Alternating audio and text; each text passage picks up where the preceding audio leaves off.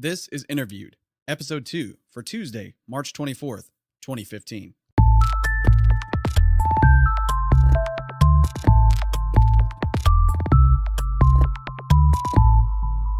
Hello, everybody, and welcome back to another episode of Interviewed. As always, my name is Justin Seeley, and I'll be your host.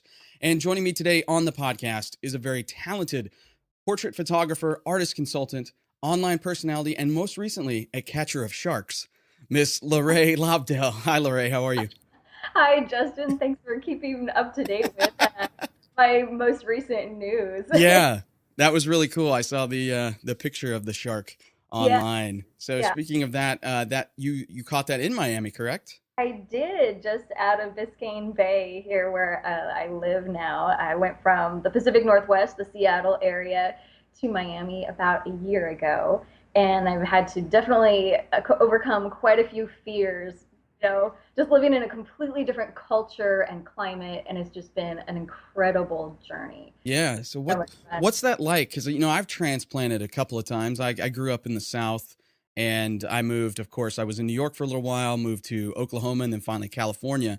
And I found it really interesting, the differences between all the places. I'm wondering, going from complete one side to the other, how'd that go for you? The furthest, almost the most furthest point to the other. It's been really rewarding. I mean, my whole life I always dreamed that I would retire in a beautiful tropical climate. I figured that I would eventually become like an expatriate in like Puerto Vallarta, Mexico, or I would live in the big island of Hawaii and retire there happily ever after.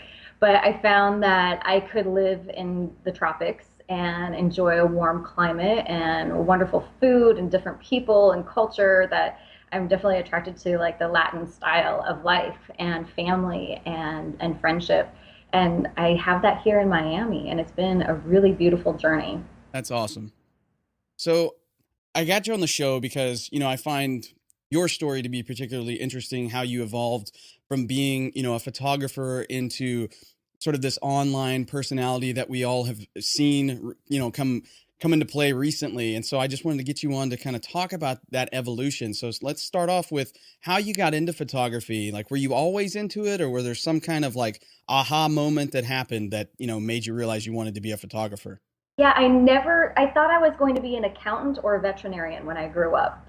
I grew up in a really small rural town on the eastern side of Washington State, on the border of Idaho and Washington. And the little town was called Otis Orchards. And we were very, very poor. I homeschooled most of my life, and we had a small family farm. So I was very attracted to, taking care of our animals. Even if we had, 5 feet of snow and a blizzard the night before, I still had to get up first thing in the morning and take care of, the chickens and the turkeys and the cows and making sure their health and wellness was taken care of first and foremost. And so that quiet lifestyle, country living growing up, I was pretty introverted. And I can honestly say my first camera was probably when I was about 10 or 11.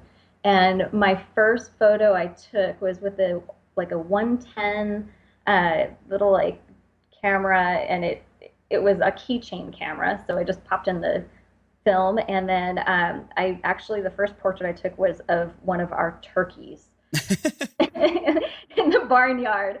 And so I was like, oh my gosh, this is so cool. And I like, when you're, 10, you take like random photos, and I would save up all my allowance for a month or 2 months to get one roll of film developed. And that was like such a big deal when I was a little kid. And that kind of stuck with me. And then I kind of left, as, 13, 14, I ended up getting a full-time job at a donut shop and, waiting on customers and finding out how much I love donuts. And they're like my ultimate downfall. They're my kryptonite, donuts are. But and then at the age of 16, I had been going to school. I only went to school, a private school, for the 4th through the 9th grade. And then after that, I ended up getting a full-time job in a law firm. I quit high school, I got my GED, and I started college all the same year at the age of 16. I just knew I wanted to like go faster than what the curriculum in the school was providing me, and I just couldn't wait to get on with my life and get out of this small little rural town. I wanted like the big city living, I wanted, something totally opposite than than my upbringing. And yeah, like you always want grass is greener on the other side. And I think as a kid, you have to discover, both sides of living. People and kids who grow up in the city, they're always attracted to that country style living and making scratch. And I'm like, I don't want to can anything for the rest of my life. I don't care if I ever grow another strawberry or, harvest corn or butcher and like slaughter animals. Like I had to do it all growing up. And so like I wanted the high heels and the big city lights. Give it to me. so, so I was really ambitious at a very young age and got a job in a law firm. I was at first their clerk, and soon the office administrator saw, my talents for numbers and organization, and she put me in the position of junior accountant of all the shareholders. I was in charge of like all their billables, accounts receivable, accounts payable, the shareholder reports on a weekly basis. I was given a lot of responsibility at a very, very young age. And I loved it. I loved the challenge and I loved crunching numbers. And so I thought, well, I'm going to be an accountant for the rest of my life. I kind of just like went away from like being an artist in any capacity. And I just embraced, finance and business. And so I learned a lot of organizational skills during that time. So you And think that a lot of that stuff though helped you because now you're a business person now, so that gave you some sort of foundational knowledge for the future? absolutely, because I think as photographer and being a photographer and artists in general, we just want to create, but to make money doing what we love to do, we still have to be business people because no one else is going to do it for us. You have to stand up for yourself and be organized and know where your finances are coming from and have your forms in order and you have to be business, know what you do. So no one's just going to hand you money for creating. You still have to be you still have to be on top of it. So I'm really grateful that I had that random experience of working in a law firm for 4 years at a young age. It gave me a really good base of that knowledge. So and so during that time when I was 16 to 20, I decided to I was going to college, and it took me 4 years to get my AA degree because I was just going at night during, while I had a full time job. And I was also there's more to that story too, but I just ramble on forever. But anyway, so in college at the end, I was, like, okay, finally my AA degree is here. I'm done. And the school counselor said, no, you still need to take electives. And I'm like, what are electives? I had no idea. And she's like, you have to take a few random classes. I'm like, all right, and I saw what was available in the evenings, and I took art history, music 101, and photography 101 and bowling with like, That sounds like my schedule. bowling and I get like credit for this. This is awesome. So and I had no interest in photography. I just thought, oh, whatever, it'll be a nice skill, that's it's not just artwork, it's technical as well. And so first day of class, I had a professor and he was just really kind and nice, and it was like this random mix of really young people that were 17, 18, and also more mature people who were going back to college when they were in their 40s and 50s. And so I had a really wonderful class, a mix of people from all different walks of life and in our town. And my second day of class, I knew that's what I wanted to do because it was like, that was my aha moment. I was like, I don't know how I'm going to do this. I don't know what I'm going to do with it, but this is what I'm going to do. It let me use both the left and right sides of my brain at the same time. And that just made me so happy in it. It was like, oh, here it is. I don't have to just be a numbers person and a business person. Oh, I don't have to just be an artist. It's the best of both worlds. So I did that for the last year of college. Just took a few electives, doing photography 101, 102, black and white, dark room. Learning how to, go into a dark room and take out a roll of film and put it in the canister and put chemicals in it. That was Oh yeah, I took those classes, absolutely. yeah, and that smell, like it's such a distinct smell. And anytime I get like something similar of that in the air, I'm like, oh my gosh, flashback. Oh, to the being at the age of 20, it's like reminiscent of like something so wonderful. So anyway, I graduated, and the following year, actually, that same year, I had gotten married at the age of 20, and I had married my high school sweetheart. We had met when I was 15 at the donut shop. And so I got married, and then I took these great photography classes. And then the following summer, I went and talked to our wedding photographer, and I said, I took these classes, I love it. And he said, have you ever thought about people photography? And I said, no, people photography. I just flunked speech 101 in college. Like, I was petrified of speaking in front of people and being, talking to people at all. Like, I was very introverted. And so he said, well, follow me for a year and like to shadow me, come to weddings, help me with weddings, help me with family portrait sessions, high school seniors. So I said, okay.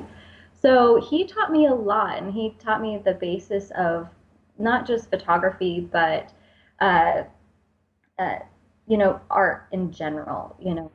You can get inspiration from not just other photographers, but he taught me to derive my inspiration from actual artists and going to museums and just different art mediums and experimenting and allowing myself to be creative in multiple ways, not just the one. Because Yeah, I always tell people that I think it's important.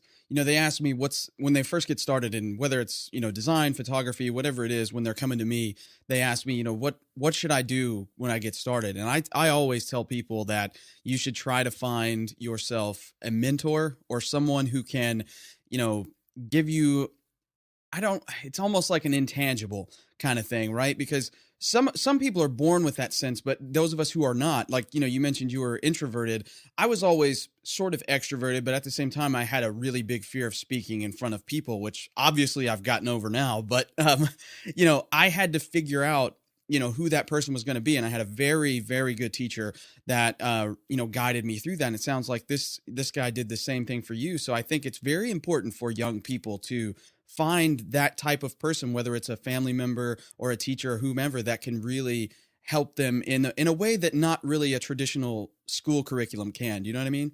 exactly. And you're absolutely correct on that. And I feel like my whole life I've always had a mentor, somebody to look after, somebody, like, even though I had my own business, I started a wedding photography business like at the age of 21. Uh, like, I always was working for somebody else at the same time and learning from them and being guided from them and doing other types of photography I would never think of doing. And so right now I don't have a mentor, and I've been thinking a lot about that. And I'm like, well, I think maybe this is the time for me to be a mentor. And that's kind of where I'm at right now. Absolutely. Yeah. I think So that's perfectly fine. When we reach a certain point in our life, and I don't know that I'm quite there yet. I would say that I try to be mentor-ish to several people, but at the same time, I still feel like, I'm in my early 30s, so I still have a lot to learn. And so I do reach out to some of the people that I've known for a long time, but at the same time, I find myself doing that less and less every year. And so, imparting what I've learned to other people is something that I really enjoy. yeah, yeah, absolutely. No, I think it was like Maya Angelou that says, when you learn something, teach. Once you're ready. And I feel like my life has been so full, and I've been blessed with learning from so many amazing people over the last, I guess, 18 years of my career, that I feel like I'm saturated with knowledge, and it's my time to give back. Right. So when you were doing the wedding photography stuff, where were you at this time? I was still, let's see, I mentored with Gregory in Spokane, Washington, still in a small town. And then the following year, I moved to Seattle. So that was the big city for me, from like the eastern side of Washington State to Seattle. And I immediately, like from the day I landed, I got a job at Pier 1 Imports, and I started a photography business. I was like, I knew I still had to have the day job, but it made me hungry for what I really wanted. It kept me on point. It kept me motivated to continue my own journey. And so I met people through my sister's church and my brother's church. They were both over in Seattle, and they referred me to people within their church. Young couples just getting married, people just having their first baby. So I did it all. I did wedding photography, maternity, I photograph births, I photograph like babies, toddlers, everything, high school seniors, out in the country, in the city, just I really experimented with what I love to do. And I ended up just doing weddings and family portraits. I liked high school seniors, like I love photographing them, but I felt that my real gift at that time was to just do weddings and family photography. So that's what I did for quite many years, Yeah. like 10 years. Do you think it's important for young photographers to experiment like that in order to find what they're truly passionate about? Because I see so many of them that focus on one thing when they're in school, or their teacher thinks they have an eye for X, Y, or Z, so they just stick with that out of blind faith. But I feel like experimentation is the best way to truly find yourself. I absolutely agree with you on that point because, I didn't know, I thought maybe I would just be a family photographer for so many years. And then I really liked weddings, and then I stopped doing family photography. And so and then from that, I've evolved into like more of a portrait photographer and editorial photographer. And now I just shoot for magazines and private corporations. And if I hadn't had that experience of going through the motions and going through, really like experimenting with different areas of photography, I wouldn't be where I'm at now. And I get bored. I don't know about you. Sure. Like I'm like, all right, 2 years, what's next? Yeah. Yeah. Something new. Give me something more. I think that all creative people are like that. Yeah, there's just so much to do and experience in life. And I think if you are narrow-minded right when you're first starting out, I think if you pigeonhole yourself too early, it doesn't allow you to grow into other mediums and forms of photography or art later on in your life. Yeah, that happened to me actually because when I was in school, I was very much into photography. I was very much into graphic design. And, I was talking to you a little bit earlier before we got on the show that, when I was in college, I started doing these impromptu seminars in the labs, and I did the podcasts, and I got some recommendation or some attention, I guess, from a company that wanted me to do some training for them. And I got picked up before I even got out of college. I flew up to New York, did a screen test, and they were like, yeah, great. We want to hire you, everything. And that locked me into being like an instructor, right? And at the time I was passionate about it, but at the same time I had to leave behind a lot of things that I really wanted to do, like design, photography, things like that. I still did it to sort of augment what I needed for like tutorial assets and things like that. But at the same time, I wasn't getting to practice it as much as I wanted in a real world scenario. And I actually got really burned out in like '07, '08 ish. And when that happened, I wound up just completely stopping like everything for about 2 years. I didn't do any of that stuff for 2 years. I took a regular job down in Louisiana, which I'm glad I did because that's where I met my wife. But at the same time, that I needed that break because I had pigeonholed myself into one industry, shoehorned myself into one niche, like I teach Photoshop kind of thing. And then when I finally figured out that, I could actually break out of that after taking the 2 years off, that's when my career totally turned around. Yeah, absolutely. And I think burnout is going to be a natural part of any art form and any career, actually. I think across the board, any vocation, you'll have burnout. So I think keeping it interesting and being multifaceted is important to keeping that burnout period shorter, shorter span, and it comes fewer and further in between periods of your life, I think. So I've experienced burnout quite a few times. So fun. My wife argues with me all the time. She says that I'm never happy. And I would say, I always argue, no, I'm always happy. I just have to find different things that make me happy. You know what I mean? Like I'm jumping from one thing to the other constantly. And she asked me why I'm doing all of these different shows, these podcasts and stuff like that. Like I'm doing an interview show. We have a game show we're going to start doing. Like we have all these different things. And I tell her it's because this is all the stuff that I'm interested in, and I'm finding other people that are interested in it, and talking to them about it helps me stay in tune with it all. You know what I mean? Fun. It's exciting. Yeah. It keeps you alive and it keeps you fresh and it keeps you going and learning something more. Life is so short, and we only have so much time to experience whatever we want to. And you want to balance that happiness and content and feeling content doing what you love with the people you love doing it with, and having a wonderful family network and living the life you want. So it's that work-life balance. Yep, absolutely. It's like a never ending. So you're in Seattle. You're a wedding photographer. How? Because I'm reading through your bio here. I had no idea. Like when I knew you worked for Black Rapid because that's how I met you, but I had no idea that they had approached you to develop this camera strap with them. Yeah, So tell yeah. me how that happened. Well, when I started wedding photography in Seattle, it was the same year that the founder of Black Rapid, Ron Henry, started wedding photography in Seattle as well. And we ended up doing trade shows together, like the wedding, the bridal trade shows, the bridal expos, where, the brides come in. And the very first bridal show I did was actually hilarious because it was at the Tacoma Dome in Tacoma, Washington, just south of Seattle. And they had a convention center attached to the dome. So in the convention center was the bridal expo. And the same weekend, they had a monster truck show under the dome, and it was connected. And the wall we had at that time, the wall, then the space we had of the bridal show was the dividing wall between the monster truck show and the convention center. So the entire weekend, our prints were like, hitting and banging against the wall. And you could just hear the revving of all these like monster trucks. And it was just hilarious. It was so much fun. And you would see like couples going to you'd see couples walk in. The girl totally beelined it for the bridal show. The guy went straight into the monster truck show. And it was like, this is it. This is the perfect example of men and women and why we love what we do. Yeah. So actually, my husband at the time was my wedding photography partner, and so he and I like we were like a husband and wife team of wedding photography, and we had met Ron Henry at this bridal expo, and we just became fast friends. And he was living up in Seattle, we were living in the south suburbs of Seattle, and our paths kept crossing over and over randomly, and it was like we would be up in Seattle going to a show, going to see a band, and we would randomly run into Ron Henry on the street. And I was like, you know what? We are supposed to know each other. And so we've just always been friends for years and years.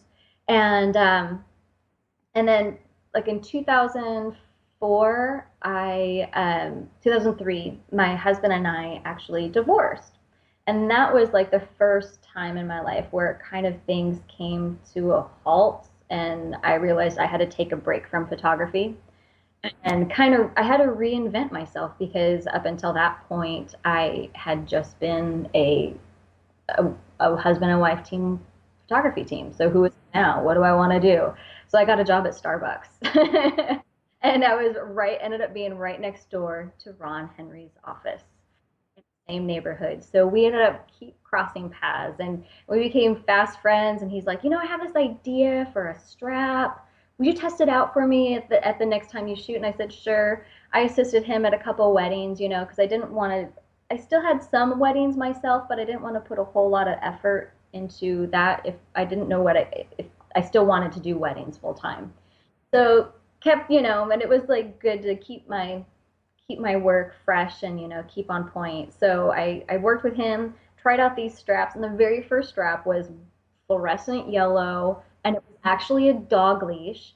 He had gotten hardware from Home Depot and kind of like faceted like this, like with a bolt and a screw, or probably like a nut, and like this like weird random carabiner. And it was like, and I'm like, what is this that you want me to test out? And he's like, it's a camera strap. And I'm like, I put it around my neck. He's like, no, no, no, it goes like over your shoulder to your hip. And like, so it was just kind of a big joke. And pretty soon, I always give him feedback, and developing, the first kind of, I was like the first test market basically for him when he was still just starting out. And so that was back in 2002, 3, 4, that was kind of that time of my life. And all this time I was working at Starbucks. And at the same time, I'm like working with Ron Henry on the weekends, working at Starbucks in the morning at 4:45 a.m. And then one of the people I meet and serve coffee at ended up being the vice president of Getty Images, Roger Restmeyer. And Getty Images at the time was just, or actually still is, like just a block away from that Starbucks. And it was all walk-in clientele only. So it was a very slow community like slow paced kind of Starbucks where you could take your time and actually chat with customers. And Roger and I became friends, and he ended up being my mentor in the city. And so it was kind of perfect timing. I was taking a break from, my own work, my own weddings. And he was like, have you thought of like photojournalism and portraiture of celebrities? And I was like, no. He's like, well, work for me. I said, so he worked around my Starbucks schedule. And I would go to his office, and he was starting a business called Visions of Tomorrow, which is a really wonderful company. He's now shooting like documentary and movies, trying to save planet Earth. So, or making awareness of certain environmental issues. And so I got to be trained and mentor with the vice president of Getty Images, like just like random. But if I hadn't stopped my own work and gotten a job in a humble service, like serving people coffee, it's simple. It's so simple, and I felt like, oh, I know more than serving coffee. I should be bigger than where I'm at. I have all this experience and all this history, but I just needed something quiet in my life, just something that I could check in, check out, learn to communicate to people, and find myself again. If I hadn't taken that job, I wouldn't have met Roger. I wouldn't have mentored with one of the like most amazing people in the world right now. And so, I was he taught me how to do Photoshop, the rudimentary, what was it, Photoshop 1.0 at the time, or maybe even 2.0. It's like how to fix blemishes, and it was like the big thing at that time was like, how do we scan in our digital slides and digital negatives? So he was the man who taught me how to do all of that back in the day. And at the same time, I was, reorganizing his slide collection and organizing his gear closet. And it was like, whoa, holding an original negative of Stevie Nicks from the 70s. Like, you're like, am I qualified to do this? It was like, like that was a big deal. So at the same time, Roger, he's like, you need to meet my friend Natalie Phobes. And so this is how this all started. And so this is like all the same summer, the same time. He introduced me to Natalie Phobes, who used to be a National Geographic photographer. She's absolutely phenomenal woman. And if anyone out there knows her or doesn't know her, she's known as the Salmon Lady. She was the exclusive photographer to work for National Geographic covering the Exxon Valdez oil spill. And she had been, because she was chosen to be the only photographer to do that, because she had for years previous been working on a personal project and of documenting the kind of like the salmon industry, from eggs to farming to wild salmon to, she would go out on like huge fishing trawlers. So she knew all these fishermen out in the Bering Sea. She's been through like those crazy storms that you see in The Perfect Storm. Like she's survived that. And she was just like a phenomenal lady. She traveled to Russia to view the salmon industry there and the people and the culture. And her work is just phenomenal. And so Roger at the time said, you need to meet Natalie. You remind me a lot of her. And right now she's looking for an assistant in her office. He connected me to her. I ended up interviewing with her. I got the job, and I ended up and she was in the period of her life where she didn't want to travel so much. And she was adopting a child, a little girl from China. And she wanted to settle down at home more. So she was just getting into wedding photography at the time. And I said, I want to do more photojournalism and work for papers and magazines. And so we agreed that that would be a perfect synergistic relationship where I could teach her what I had known in the wedding industry, and she would teach me the industry of like editorial magazines and working for newspapers and press. So that whole year was kind of crazy. In the following year, I was still working for Roger, Natalie, Starbucks, shooting weddings of my own. I think I shot maybe 5 weddings and like a couple family portraits here and there. And then I acquired a window cleaning business that was going under, and I hired a couple employees, and like, so I had like 5 jobs.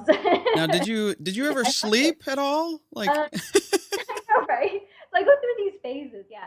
I didn't sleep very much, but I survive off naps. So when I'm in those phases of my life where I'm working a lot and have multiple projects that I can't realistically give up one might be like a really suitable like income that's feeding me getting educated in this other area. So I just balance it and I survive off naps. Honestly, I'm like naps are like my favorite thing in the world.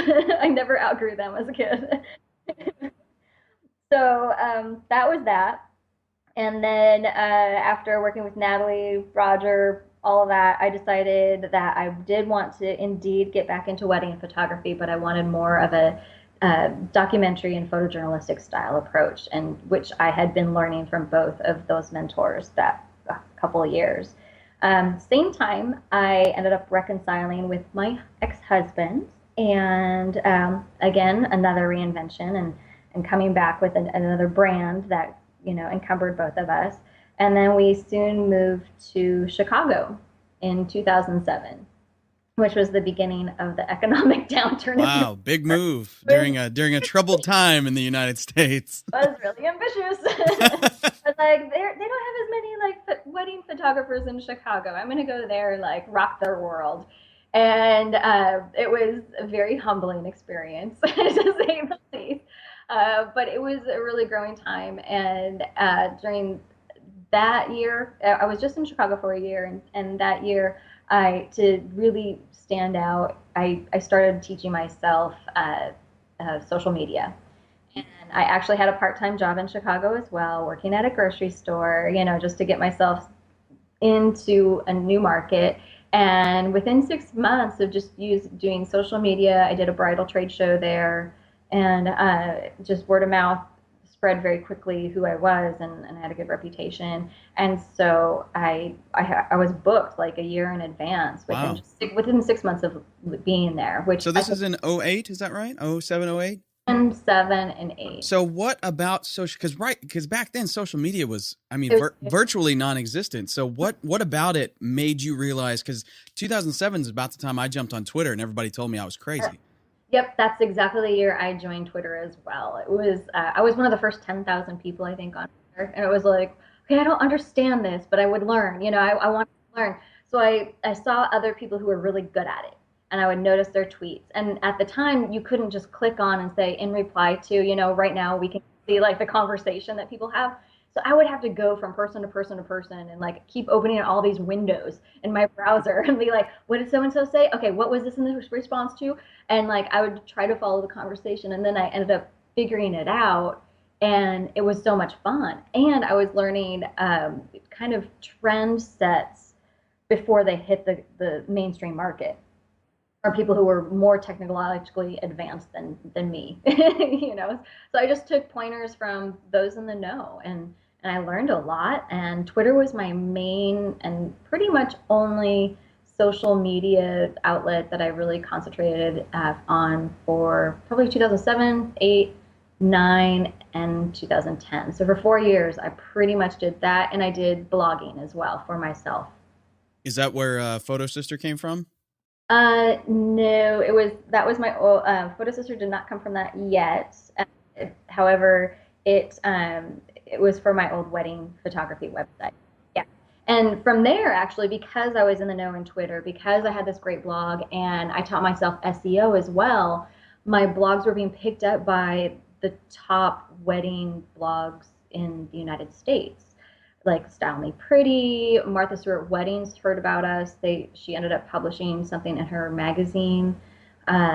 Destination Weddings and Honeymoons printed something about us and did a blog post. I had like all of these. All of a sudden, I was doing destination weddings in other countries. So it was really, really a fascinating experience and experiment as well. Like all of a sudden, social media rocked. I could see the power of it and why it helped me stand out amongst other people.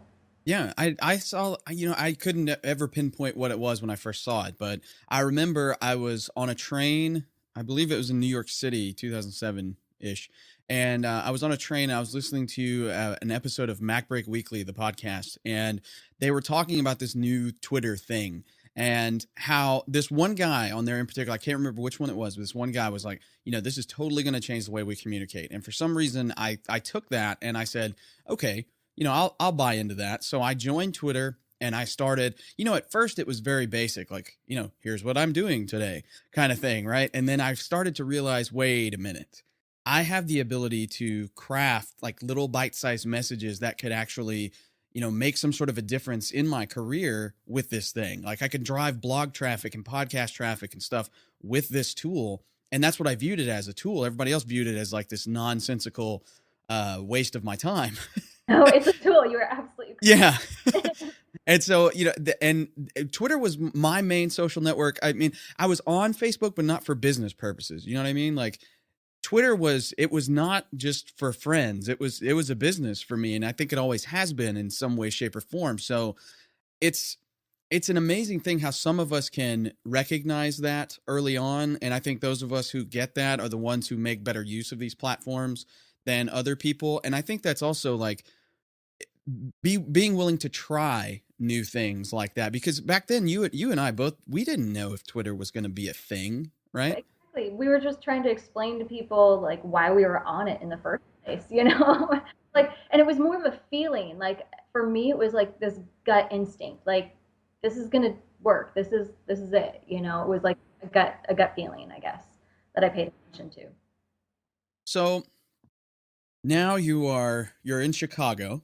In Chicago. Yeah, booked a year in advance. Wow. Booked a year in advance, and I hated it. I was not happy living there. Oh no, you didn't like Chicago. I did like Chicago. I couldn't hack the winters. It was okay. Yeah, I understand that. Oh, it was brutal. Yeah, a lot of people don't know that Seattle is not actually a big wintry place. Like they picture it as one, but I've been there several times in the winter, and it's actually kind of mild sometimes. It's very mild. However, the winter in Seattle lasts 9 months, and it's just dark and gray and cold, but it's livable. It's right. livable. Yeah, it's not like 10 below or, you don't have 4 feet of ice. I mean, we moved back here to Nashville, and I don't remember. I lived in Kentucky as a kid. I don't remember ice storms.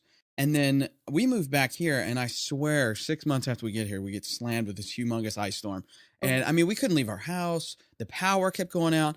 And I looked over at my wife because we had spent the last 2.5 years in California. And I was like, why did we leave Los Angeles? Like, cold. I don't like the cold. Yeah. Like the older I get, the more sensitive I am to cold. So it's like, screw it. I think that's a thing. But, you made the right move. You moved to Miami where it's like it never goes below 70, right? No. Barely. I mean, we had a cold snap. Okay, honest to God. Like 3 weeks ago, we had our 1 week cold snap, and for 2 days it hit 50 degrees. Oh, did everybody freak out? And everyone freaks out to the point where Miami-Dade County sends out automated voice messages to all the parents who have kids in schools. And they leave these messages saying, warning, it is going to be 50 degrees tomorrow. Please bundle your children in layers and coats. All after-school activities have been canceled. Please do not allow your children to play outside. Oh, my God. Keep your children indoors. Somebody who lives in New York State would hear that and just punch them in the face. Like, I told my sister, and she's up in Seattle, and she's like, "What? With 50 degrees, my little 9-year-old boy goes to school in shorts and a t-shirt." Our blood is thinned out down here. Yeah, I understand that. I lived in Fort Myers for a while, so I get it. Yeah, it's nice. It's good. Yeah. So how did you find your way back to Seattle? Because when I met you, it was in what, 2011, 2012? Well, yeah, it was right before I joined Creative Live. You and I met. Yeah, you were working for Black Rapid, right? At the time, yeah. So 2008, I beelined it back to Seattle. It was too cold, and honestly, the economy was too harsh. Like, even though we were booked in advance, it wasn't enough to dig ourselves out at the time. Again, my ex-husband and I, we had reconciled. However, we never got remarried officially, and things quickly fell apart, on our way back home to the Pacific Northwest, unfortunately. However, that's just a good part of my story. It's, that chapter was done. And so when I moved back in with my mom and my stepdad out to their little home outside of Seattle, Washington, and I lived in the apartment above their garage for 2 years. Again, like I haven't told anybody this story, so here you go, exclusive. But it was really humbling experience. I've always been very self-motivated, ambitious. You know, like my first job was when I was 14. By 16, I had a full-time job. I was always taking care of myself. So this was really the first time in my adult life I asked for help from my family, and they're there. So for 2 years, I lived in a beautiful little apartment, and I was at home with my mom, and my grandma was next door, and I just took that time to rest, recharge, and reflect and rejuvenate myself. And that was my burnout. That was totally my burnout. I'm like, I'm done with weddings. I'm done.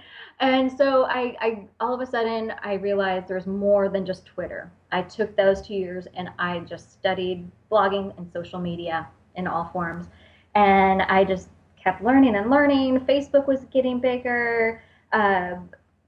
Email newsletters were really big at the time as well. And I reconnected with Ron Henry, and he said, I'm so glad you're back in Seattle. This is great. He's like, I want to make a women's strap. Everybody's been, wanting it. I hear people commenting back to our company that that's what they truly want. They want something for a slimmer figure. And I said, I've been telling you, Ron, the other straps are just too big for girls, like they're too bulky and they're not feminine and pretty. He's like, all right, well, I've hired a female designer. Would you come in and talk to her and help design and a strap just for women? I said, I'd love to.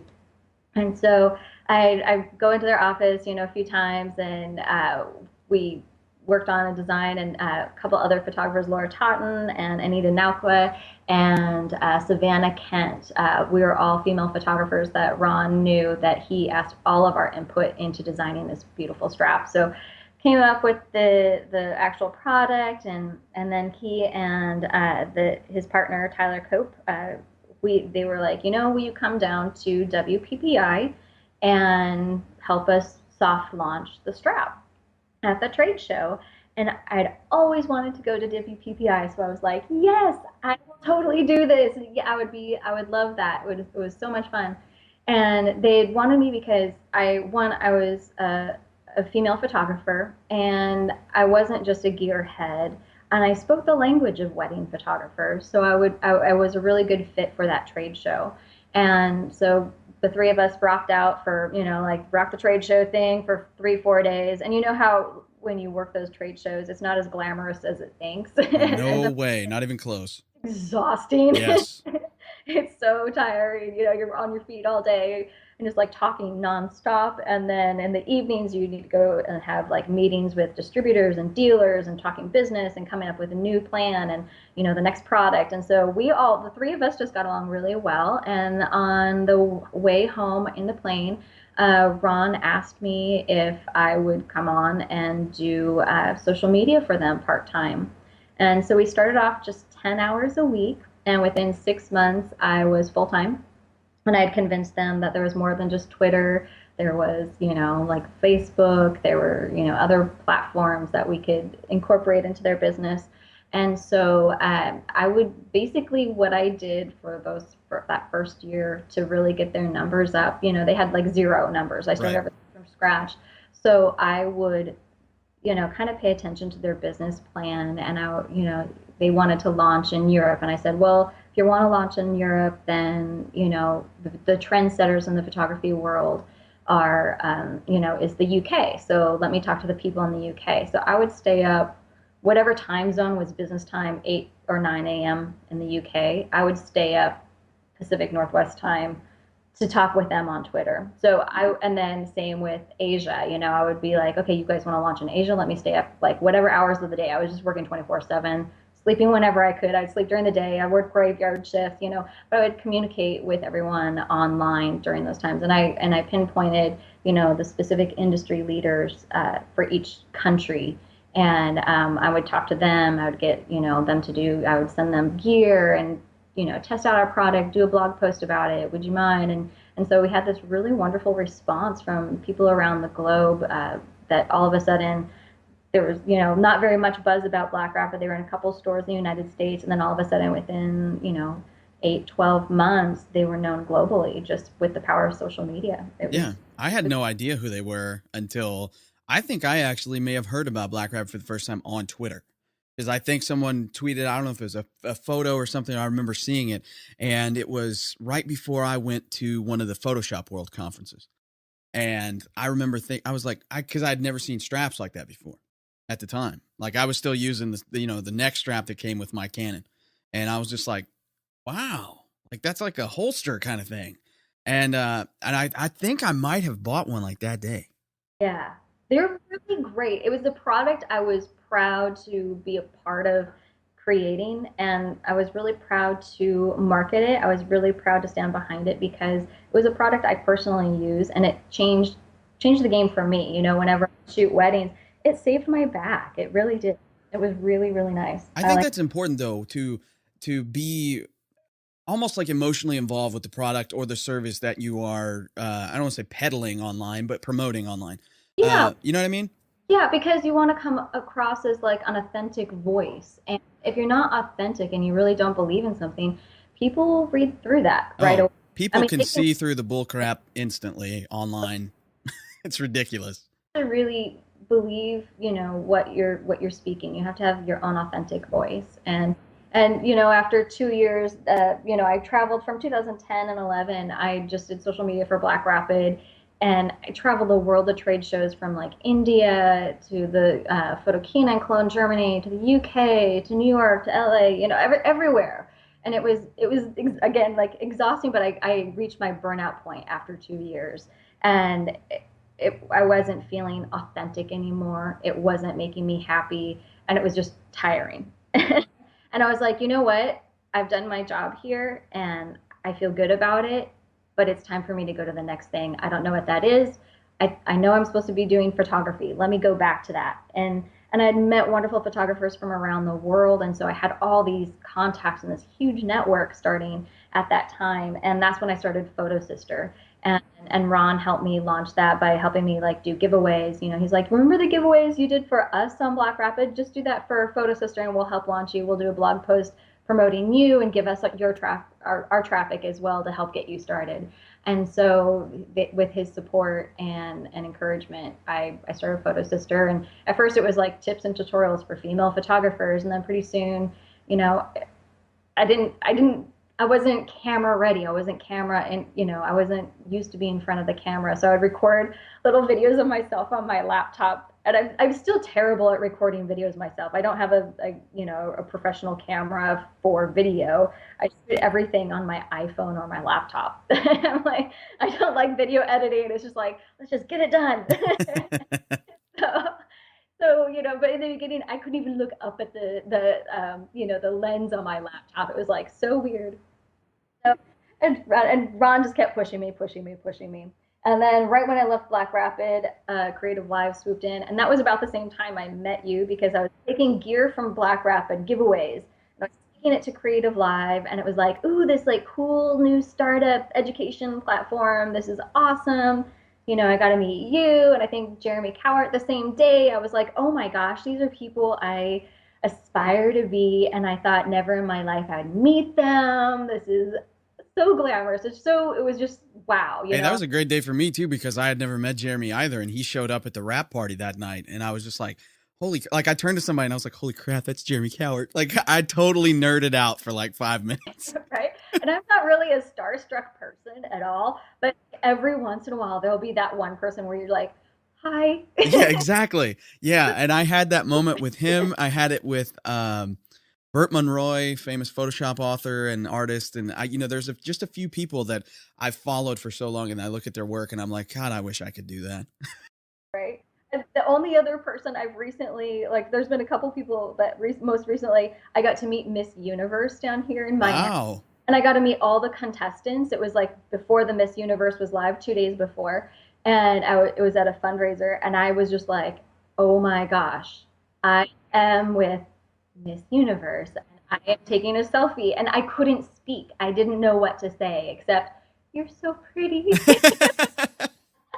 That's all I could muster out of my mouth. I was like, oh my gosh, I had this list of questions. I was going to ask intelligent, wonderful questions, welcome her to our country, and, ask her what her journey's been like. No, all I could say was, "You're so pretty." Oh, that's great. Biggest goofball. Well, I think people that are that high profile, they're kind of used to that, and to some degree, I think there's some of them that don't realize how popular they are. Like Jeremy, for instance, is a very humble guy, so he doesn't treat it like a celebrity situation. You know what I mean? Like he was just kind of, I was amazed at how like down to earth he was. And there's a lot of people in our industry specifically that are like that, I think. Yes, incredibly kind, wholehearted, simple, good-natured people that just like have a wonderful gift for giving. They're just absolutely like they're true philanthropists and true like ingenious people of our culture and time. They're absolutely wonderful. Yeah, so that day I got to meet you and him. And I was giving away Black Rapid. I would give him top billing in that scenario, but I appreciate that.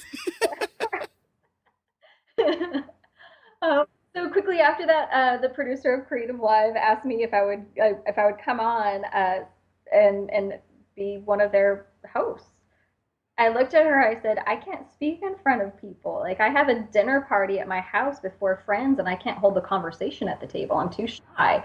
And she said, "Well, come on, And I told the same thing to Craig Swanson. He's like, "Well, Creative Live, it educates people in photography, and that's their classroom for people to learn, and this will be your classroom to learn how to speak in front of a camera and speak in front of people."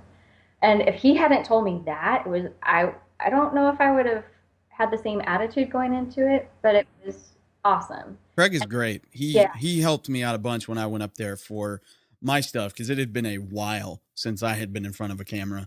And the last time I was in front of a camera, I was still very much a kid, kind of off the farm. I had a really thick accent, and I was very uncomfortable in front of the camera, especially because, I don't know if you know this, but I used to weigh like 400 pounds back in the day. So it was almost embarrassing for me to be on camera. At the time, though, when I was going up to Creative Live, it was right after I'd had weight loss surgery. And so I was pretty confident in myself. But Craig really helped me with my delivery and also with my development for the material that I was presenting there. So he's a really great guy. He's absolutely a phenomenal person, and he always finds the best in people. And I feel like he can, like, even before you speak, he knows who you are, and is able to find the best thing in yourself and gives you the confidence to be that person. You're shy and you might be hesitant in showing people who you are, but he really helps cultivate that within people. And it lessens the effect of sort of the baptism by fire that he gave you. Oh yeah, so Creative Live, I started on camera, and if you go look at like some of my earliest shows with them, it was painful. Like I look back and I'm like, oh my gosh, I was so shy, I didn't know what to say. The very first one was like John Cornicello. It was setting up a home studio with John Cornicello, and it was in his home, and I felt grateful because that was my first one, and I was friends with John, and I was with Kenna, and it was a skeleton crew, and so it was like low key, super high pressure. So I passed enough to where they asked me to come back again. I was like, I spoke enough to where they okay, come back. So, after that, within 2, 3, 4, I think my 4th or 5th workshop was the very first workshop with Sue Bryce. And that was a game changer for, I think, everyone across the board and in our industry. And so I was there when that movement happened, and it was a really powerful movement for 2 years. And like the way education came through Creative Live from then on, everybody upped their game. And I just felt incredibly blessed and special that I felt like God put me in that situation. And I wasn't shooting weddings anymore. And it was my time of learning from beautiful, wonderful people who are good-natured, kind-hearted, and giving. So, yeah, so that was that time. Is that what sort of inspired you to kind of do the kind of stuff that you're doing now? Absolutely, because I was, every workshop is like wedding photography or, baby photography, and I might not be a baby photographer, but there was always some nugget of information I would take from that, and I would learn from it, and I would implement it into my style of shooting, the way I would light. When I went on Creative Live, I hadn't been using lights in photography. I was just a natural light photographer. And now it's like I'll set up like 6 different lights by myself for a set. And I love it. And it's so much fun now. I'm not afraid of it anymore. So I learned a lot. And while I was there, within a few months, I decided to start a personal project because I wanted to experiment, one, with everything I was learning. I felt like I was being blessed with all of this knowledge, and I wanted to give it back to someone in some way. And so I had known a few friends in Seattle theater, and I noticed that they needed help with like portraits to promote themselves. And I said, I'll do this. And so I came up with like a game plan. I wrote out a vision board, and I said, I'm going to photograph as many people as I can in the Seattle theater industry for a year and a half. And then after that, I'm going to have an art show in Seattle of all these people, and it's going to be awesome. And then that will be my personal project. And so within 3 months, I was shooting, celebrities that were coming through the Seattle theater scene. Lewis Black, yes, he's a comedian, but who first and foremost was a playwright back in the 70s. Oh, I didn't know that. Yeah, not very many people did. So his play, One Slight Hitch, was actually being produced at Act Theater. And so they asked me to come on board and photograph Lewis. And he gave me 2 hours of his time, like phenomenal for any celebrity to give you that much time. So I did like production shots and promotional shots for the actual play. And then I followed and shadowed him around for another hour and a half, like on the streets of Seattle, just he and I. And then after that, just when they're in rehearsals, he was sitting at a table and talking with the actors and the director, and so I got to photograph him during all of that time, and my stuff started being published in newspapers and magazines in Seattle. And then it was just like one thing after another, and I would just kept shooting these A-listers in Seattle, and people, all of a sudden I would blog about them immediately after and say, go see so and so, there's wonderful talented artists in Seattle, and so I would photograph them, blog them, and then link to whatever play they were coming up in. So it was like, go see, Tommy Smith's play, at this theater company. It's like running from here to here, and then I would follow up with social media. It was, blog, Facebook, Twitter, promote it in every single angle. And then I'd have them, and I'd coordinate social media for the companies as well. And I'd hand feed them and copy and paste this text, please, attach it to this photo.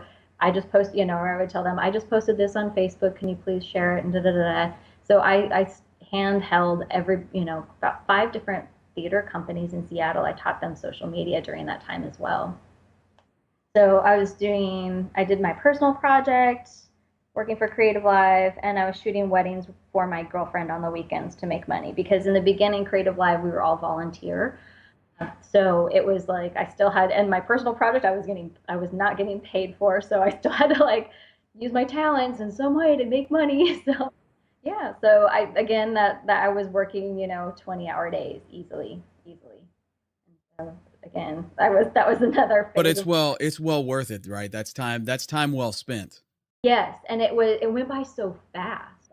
And even though I was exhausted to the bone, I was giving so much to my community and just the Seattle theater community, plus my photography education community as well.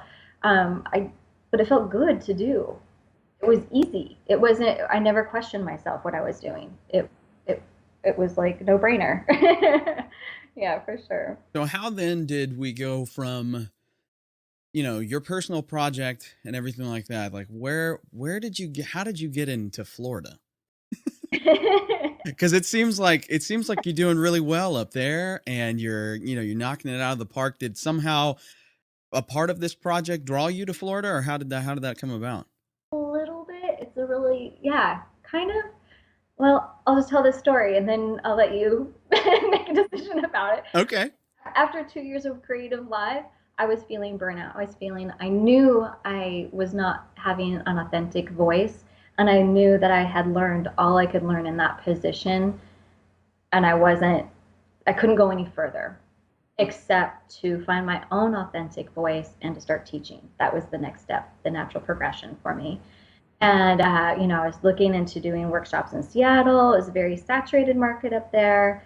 And then I met somebody on Match.com and I fell in love with a boy and he had been living in Seattle. He worked up in Seattle for a year and a half. A company, Ducati Seattle, had pulled him up there, and he was working exclusively for them. And then he had a job opportunity back in Miami and asked me to move with him back to his hometown of Miami. And it wasn't even, I didn't give any hesitation. I was just like, yes, I've never been to Miami, but let's do it. Like I just felt like I had done all I could in Seattle. I had my personal project I had done the art show. It was like the largest solo photography exhibit in Seattle's history. It was, like it was like, okay, now where I had to get out of Seattle to grow to my next potential. And I needed a break, to tell you the truth. Sure. Yeah. And there's nothing wrong with that. I mean, as creative people, we've talked about it already. It's just every once in a while we have to turn it off a little bit. And that's the only way we can recharge the batteries. Yep, you have to take time out to rest, recharge, and reflect. And I'm really, really, really grateful and very lucky that for the last year, I haven't had to get a part time job down here at all. I've just been able to create home and be nurturing to myself and create, an oasis in my home. So much of my life is spent outdoors. And so I've created a lovely patio and we have friends over and I've been able to make friends and network and I'm starting to create my own community here. So that's where a lot of my time and energy has been in the last year of just nurturing myself and friends and family. But you seem to be getting that itch again, yeah? Because you're doing the workshop now. You can only sit at home so many days in a row till you get bored. So And tell us about the workshop. thank you for bringing that up. So over the last year, I've had a lot of time to reflect on my whole life and even the last recent few years especially. And I feel like I've learned so much and I have so much to give and so much to teach. I've been, almost every day I receive messages on email or Facebook, private messages, people asking me for help and guidance in their photography, whether it's commercial photography, portrait studio photography, business, forms, whatever. I'm always able to answer all of their questions and help them. I've helped so many people get assignments and I'm like, you know what? This is like I should try. I would be a consultant, so I've started consulting with people and helping them on their journey. But I feel like that's one-on-one, and I love one-on-one meetings. However, I feel like there's a bigger, greater platform for me to teach and get the word out to the masses. And so I met Al Diaz. He's a Pulitzer Prize photographer that works for the Miami Herald. I met him actually during my Black Rapid days and online. And so I connected with him, and I've helped him on a couple assignments down here and he told me about a workshop he wants to start putting together an annual workshop called Photo Workshops Miami. And not very many people are doing workshops down in this area, so I feel like it's a wonderful time to help create something wonderful and big for the photography community down here and to give back and to bring my story and my journey of my personal project, working at Creative Live and Black Rapid, and how all of those random stories, taking time off from your own work, giving back to others, can actually help elevate you to where you really want to be ultimately. That sounds amazing. Thank you. So when is the workshop actually going to happen? The workshop is on Saturday, April 25th, 2015 at the Coral Gables Museum, and it's in Coral Gables, Florida, which is a part of Miami. And a big, beautiful museum. There's going to be fantastic, awesome prizes. Our friends Think Tank Photo have donated like a ton of bags. Everyone's going to get swag from them. The Pixel Pocket Rockets, everyone's going to get those. Black Rapid has provided mesh bags for every single attendee, in addition to straps, special giveaways for a couple straps. Oh, and I was going to also say Think Tank Photo has there's 4 bags and a huge roller Airstream. Oh, wow. All being given away. And Westcott, they just donated an Apollo Orb kit for me to give away. We have Electric Avenues as our premier sponsor. That's a local camera store down here. Enlight Photos giving some stuff. There's like, if you go to the photoworkshopsmiami.com, you'll see all of our wonderful sponsors. And there's going to be tons of giveaways. There's going to be phenomenal instructors. There's 4 of us speaking in the morning, and then there'll be 2 full workshops with Ken Skloot and Rick Friedman in the afternoon, so people can choose what they want to do after that. And if you don't want to do a workshop in the afternoon, then you can do a portfolio review in the afternoon with myself or a couple other people. So it's going to be a full packed day, but it will be really fun. And we're having a wrap party at the Leica store here in Miami. Ooh, very cool. Yeah, so I love, like, someday I'm gonna get a Leica, but yeah, we all have that aspiration, I believe. Go hang out and have my wrap party there. Yeah, hey, no problem. Well, can I just say thank you for having this on a Saturday, because so many people do a conference or something and it's like Wednesday, and I always find myself like, I can't do that. But I mean, like, if I was, even if I had to travel down to Miami to do this, like fly down there, I think this would be more than worth it. I mean, I'm looking at the schedule right now. It looks like an amazing event. And I mean, you guys are literally going like all day. Like, there's nonstop stuff all day. But it's not going to be just like one instructor. It's going to be like wonderful, like a multiple, like, right. class. So something from everybody, and even if you don't, even if you're not interested in a personal project, which I'm going to be speaking on first thing in the morning, I might be able to teach you something that that one little nugget of information that you can pass on to somebody else down the road or implement into your business in some way. Right. And not to mention the fact that, events like this are where, I have made some lifelong friendships, and the networking that you get out of something like this is in many respects even more so valuable than the knowledge that you get. Not to say that the knowledge isn't valuable, but I mean, you get some amazing insight from other photographers, and you guys are doing the portfolio review. I mean, that is huge too. And it would be, I'm not a practicing professional photographer, but if I were, having someone like you with all of this experience and all of these different facets to your game, so to speak, I think it would be really beneficial for me to have a one-on-one with you and understand a little bit more about how I could, take my work to that next level. So I really appreciate it when people who are successful extend that helping hand to people who may be trying to find their way. So I applaud you for that. Thank you. And I feel like it's a really important element of business. I know, we have the pleasure of, communicating with so many people online, and you feel like people, like people I haven't met in person. I feel like I know them because I talk to them so much online. But there's something special that comes from an in-person handshake and be able to read body language and communicate, and you can actually go more in depth with someone in friendship and business when it's done in person. There's nothing like it. Very rewarding. So I'm excited for this next step of teaching. I am grateful that I know so many wonderful people in the industry that have helped me along the way and have taught me.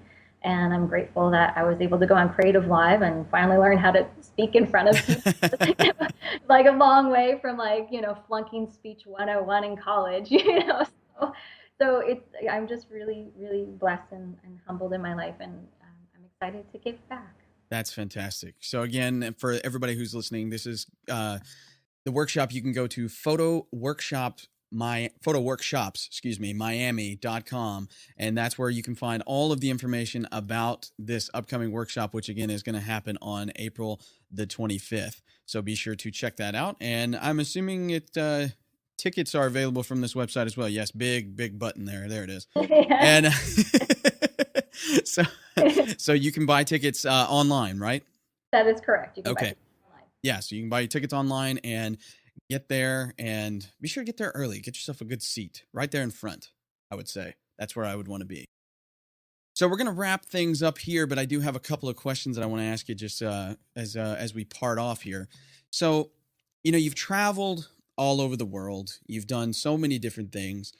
Of all of those places you've been, all of those people that you've met, do you find any one particular place or person to be particularly inspiring to you? Like when you're feeling, because I get, these creative blocks or something all the time where I just can't make the fire start for some reason. Is there a go-to thing for you when you get behind the eight ball, so to speak, where you have to figure something out? Yeah, and India. I go back to India. I did a trade show there for 6 days with Black Rapid, and I didn't get to see anything of the city, but except on the last day, some friends that we had met at the trade show took me to Old Delhi and gave me a tour, and I really got to see the people and the culture and the diversity of their demographics firsthand. And across the board, everyone was so giving and grateful for how little they had or how much they had. And it put perspective into my life about what I have every day, or when I feel like I'm empty and I have nothing to go on. I look back at those people, and I remember the sounds and smells, and I remember their look in their eye when they would look at me, and the way that just a smile can fill somebody up and keep them going to the next step. And India was one of those places that, I never really wanted to go to. And when I was there, it was very difficult to be there, but I can't wait to go back, and I really miss it. I miss the people. They were beautiful. That's awesome. And one last thing here, because I get emails like this all the time, and I'm sure you get them too, is just, let's say somebody emails you and they say, I want to get into photography. The industry is, sort of in many respects saturated in some areas. And, they ask me how to rise above that noise in the world of photography. So what would you say to somebody that sends you an email like that? It's like, that is so true with anybody just entering the photography industry right now. And I would say try multiple genres of photography, listen to your gut instinct, and give back. And give back to those who deserve to be given to. Very good. All right, so I'm going to link up everything that we talked about today in the show notes. I'll give full information about LaRae's workshop. I'm going to link back to all of the different things that she talked about throughout this entire interview. And as always, you can subscribe to this podcast in iTunes so you never miss another episode of the show. And you can also download this directly from Brainiak, that's Brainiak with a K, .fm. So LaRae, thank you so much for being on the show today. It was so much fun, and I can honestly say this is probably one of the best interviews I've done so far, so I really appreciate it. Thank you so much. Well, first, thank you for inviting me to be a part of your new show. It's absolutely fantastic, and thank you for the kind compliment. That makes a big difference in my life. Thank you. So one last time, tell everybody where they can find you online and what kind of things you want them to be aware of, like websites, that kind of stuff. All right, so I have two websites. One is my portfolio, which is LaRaeLobdell.com. So you can see a lot of my commercial work and environmental portraiture there.